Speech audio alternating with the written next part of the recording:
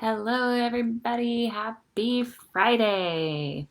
Today is our last day of the 5-day challenge. Thank you so much for those who've been able to show up and those who've watched the replays and commented and have been working through your back to school challenge. I'd love to know if you have been working on these. Let me know in the comments. Let me know which day has been your favorite or been the one that's kind of motivated you the most and helping you get ready for back to school. I'm going to check in on the comments here. Let's see. Here we go. All right. So today we are going to be talking about adding in engaging resources. So we've been going through, getting everything set up, and now let's talk about the resources to use. And really what I want to do today is give you 3 questions that will help you analyze and look at your resources and your lessons that you're using to see if they're really engaging for your ELLs. And so that's what we're working on today. Let me know if you're here in the comments. I see a few of you here. Hello, good morning. Let me know. Whoops, we don't need to hear me again on the comments here. All right, there we go. Hey, Helen. All right, Helen. So they all have been informative, but she's really looking forward to the one today. And Chica said, "Getting to know you." Awesome. So let's dive right in.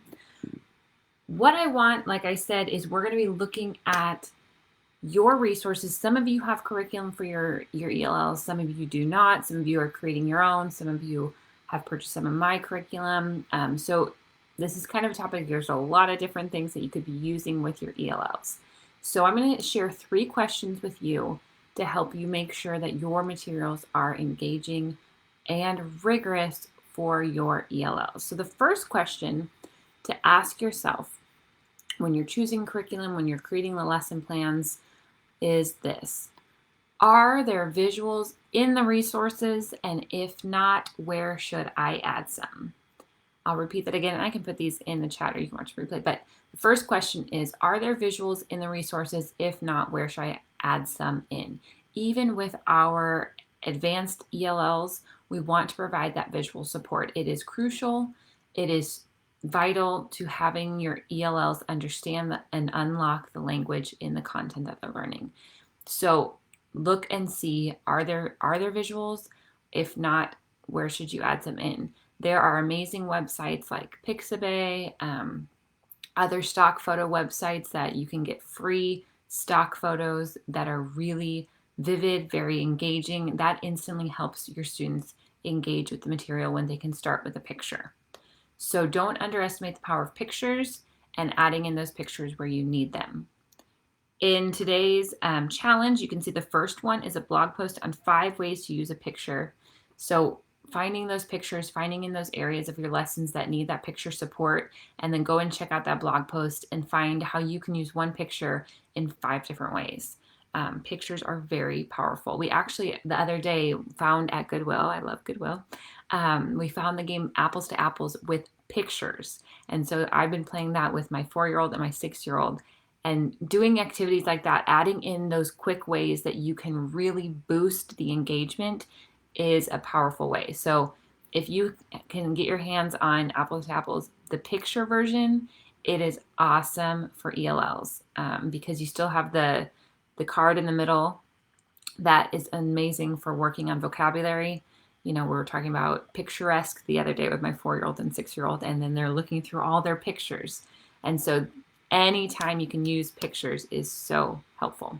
There's a ton of other great games that you can add in. I think I have a blog post about that, but we can also share just those quick activities. Sometimes our ELLs need that break from, us teaching or from them really working and using that brain for translating and doing all that they're doing every day. So make sure you're adding in breaks. And that's actually the second question to ask yourself. How often are my students responding and moving during my lessons? I'll repeat that again. How often are my students responding and moving during my lessons? We cannot expect our ELLs to sit there for a 20-minute lesson without any time to respond, to engage, to move, to interact. Okay, we're going to lose them. They're not going to be focused. They're not going to be engaged. They're not going to be continuing to understand what's going on. They need opportunities to respond and interact with what you're saying if we want it to stick. Otherwise, they're going to, once they get sidetracked or once they get distracted, it's very hard. If you're not in your native language, it's very hard to come back and track with what's going on. So we want to really prevent that in our lessons of our students, getting lost and then not being able to come back. So if you're doing mini lessons and let's say they're around 20 minutes, look right now and find how you can find ways to have your students respond and engage. That could be as simple as incorporating think, pair, shares in there. It could be as simple as giving them something to hold that they respond to your lesson. So maybe they have the characters of the story on the stick, and as you're reading the story, they are holding up the characters and kind of role playing with the story.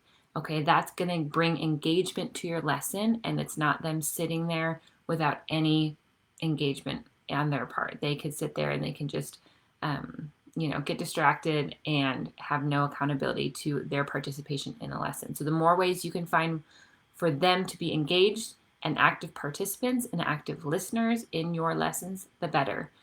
Sometimes I like to just give them a note card that says, agree on one side and disagree on the other side. And as I'm teaching, I might ask a quick question, and they hold up, I agree or I disagree. Or you could have true and false and have them just engaging that way. That is engagement. That's keeping them active. We don't want their brains to go into a lull and to check out. And that does happen a lot with our ELLs if they, have a teacher that's just speaking really quickly in English without any visual support, they're going to get lost, they're going to check out, and they're going to disengage. So how can we keep their brain active? How can we have them responding through speaking or writing? We want them to be doing that as often as possible, and creating that atmosphere like we talked about in day one, that they feel really comfortable and okay doing that. So as often as you can, look at your lessons. How are you going to incorporate those strategies to get them up and moving, talking, sharing with peers? And it doesn't have to be super elaborate. It can be really simple, like a think, pair, share, but make sure that you're incorporating those activities. Doing like a four corners where each corner represents a different response and gets them up and moving and thinking and responding to what you are teaching about. So we need them to be engaged that way of responding consistently and constantly. All right, let's see. Helen said, I really like the games that you have on your online resources. Do you offer templates? We can use them for ELL curriculums. That's a great idea. Yeah, we could put together some ELL game templates and share those with you. That's a good idea. Chica said, I'm unable to open download speaking writing cards from Bingo Challenge. Okay, I will check that out. I will add that in the Facebook group so that you can download those. And I have another freebie I'm going to share too in a minute. So, all right, got my fuel with my coffee. Let's continue on. So the third question to ask yourself when you are looking at your resources and your lesson plans for your ELLs is, are you setting high expectations, or do your lessons expect little output from your ELLs? Okay, let's repeat that again. Are you setting high expectations, or do your lessons expect little output from your ELLs? In my Spanish journey of learning Spanish for 10 years, it was a lot of worksheets, and I could conjugate all the verbs and I could do all of those things. But when it came time to output and speaking, I couldn't do it. And we didn't spend a lot of time practicing that in the classroom. And we do not want to do that to our ELLs. I see a lot of times newcomer activities are very worksheet based. And there's a time for a worksheet, yes. But if that's the majority of the materials you're doing, you're really not expecting a lot of your newcomers. And we can expect a lot of them. We can set high expectations that are appropriate language tasks. That's the key. We want to make sure that we are doing and expecting appropriate tasks from them at their language level. And that's when we can set those high expectations with confidence, knowing this is appropriate for their language level. And they're going to rise to that. They're going to like that. They're going to want to have those high standards when it is appropriate for them to be doing. So we don't want to just, give them worksheets and say, oh, all you can do is color. So just color these fruits and color the body parts. And that's all we're going to do because that's your skill. No, newcomers can do so much. So let's really expect them to output what we're working on them with. Have them standing up and doing TPR with the vocabulary and then saying the vocabulary, then challenge them. Say, okay, can you use that vocabulary word in a sentence? Maybe they can't yet. Maybe they still need your support in that. Maybe they need, to do it as a group first. But continue to push them. Continue to challenge them. They like that. They feel excited about that, and they like feeling proud of themselves that they're doing challenging things. So how can you know if they are what's appropriate for their language level? Well, I'm going to share with you something that is available in Equipping ELLs that's been a very helpful tool. These are the can-do descriptors, and they are divided out by domain and grade level cluster, and language level. So sometimes it's really hard to know what you should expect of your students. You don't know if you're setting too high of expectations and then they're frustrated because it's just not appropriate, or you don't know if you're setting too low of expectations and then they're not feeling challenged. So it's a very fine line there with our ELLs. So these will help you have a clearer idea of, what a level 3 student in grades 3 through 5 should be able to do when it comes to speaking. So I'm going to share these in the Facebook group today, and you can download them, you can print them. They're all the different domains, all the different language levels, and all the different grade level clusters. So use these to help guide and set high expectations for your lessons. This helps make it very clear, and see what happens when you do that. And then when you feel confident that hey, this is an activity that the student can do, when they hit that frustration point, you can help push them through that because you're confident that this is something that they're able to do. So those are our 3 questions for today. First one, are there visuals in the resources? If not, where should I add some in? The second question is, how often are my students responding and moving during my lessons? And the third question is, are you setting high expectations, or do your lessons expect little output from your ELLs?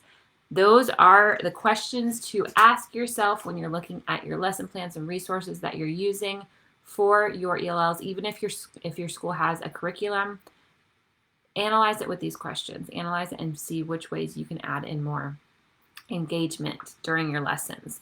So you have 3 challenges for today. The first one is read the blog post on 5 ways to use pictures. The second one, there's a video of how to make the most of your 30 minutes with ELLs.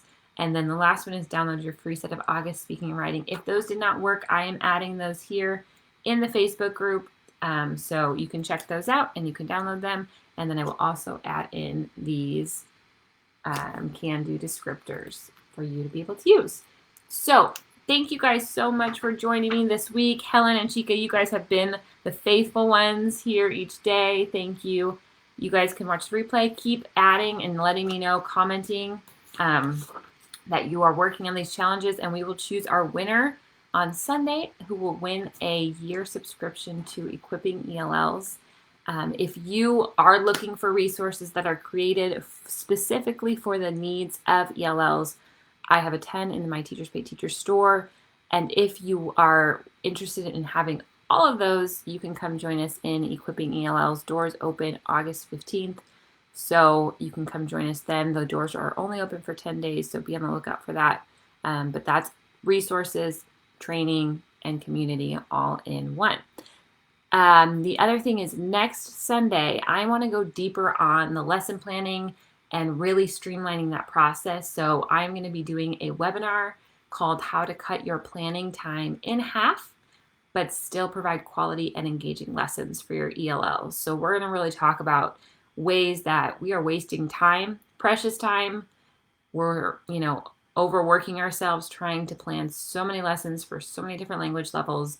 And I'm just going to give you 3 ways that we can really streamline that process and give you your time back and really help still provide quality lessons for your ELLs. So come join me. That will be next Sunday, August 15th at 4 o'clock p.m. Eastern. That will be a Zoom session. So I will send out links. I'll post it here in the Facebook group. If you're on my email list, you will get it there as well.